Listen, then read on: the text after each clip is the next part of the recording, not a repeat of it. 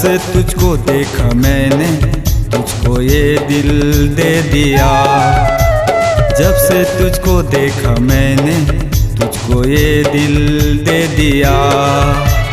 तेरे प्यार में मैं दीवाना दीवाना हुआ। तेरे प्यार में मैं दीवाना दीवाना हुआ। जब से तुझको देखा मैंने तुझको ये दिल दे दिया। जब से तुझको देखा मैंने तुझको ये दिल दे दिया।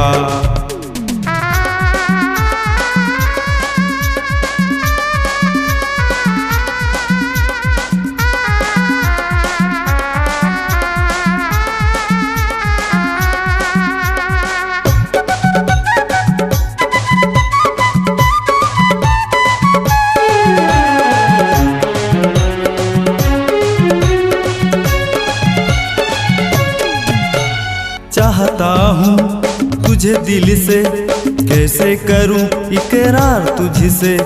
दिल में तुम धड़कन में, ये मेरे होंठों पे नाम तेरे।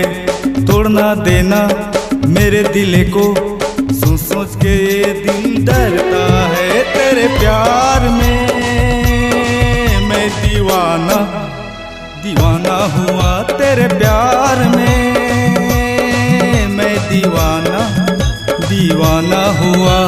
जब से तुझको देखा मैंने तुझको ये दिल दे दिया। जब से तुझको देखा मैंने तुझको ये दिल दे दिया।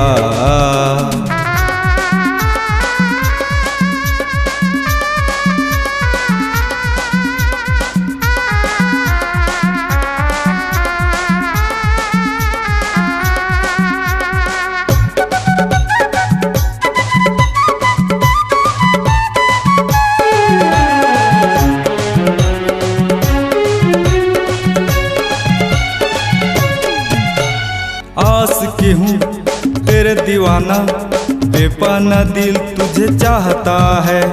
तेरी सूरत है भोली भाली, आंखों में तू ही समाई है।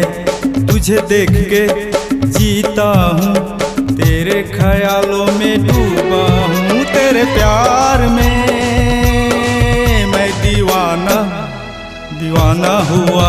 तेरे प्यार में मैं दीवाना दीवाना हुआ। जब से तुझको देखा मैंने तुझको ये दिल दे दिया।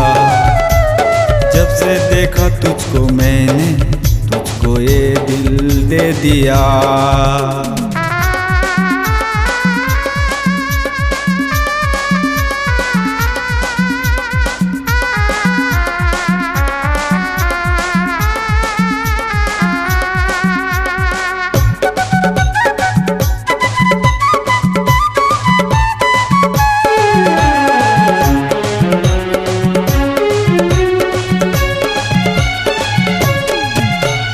आती हो नजरों में, जाने कहाँ छुप जाती हो।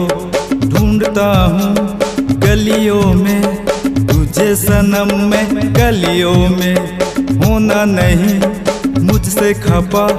हद से ज्यादा तुझे चाहता हूँ। तेरे प्यार में मैं दीवाना दीवाना हुआ। तेरे प्यार में मैं दीवाना दीवाना हुआ।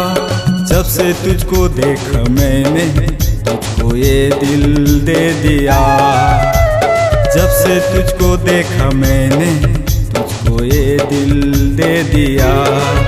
तेरे प्यार में मैं दीवाना दीवाना हुआ। तेरे प्यार में मैं दीवाना दीवाना हुआ।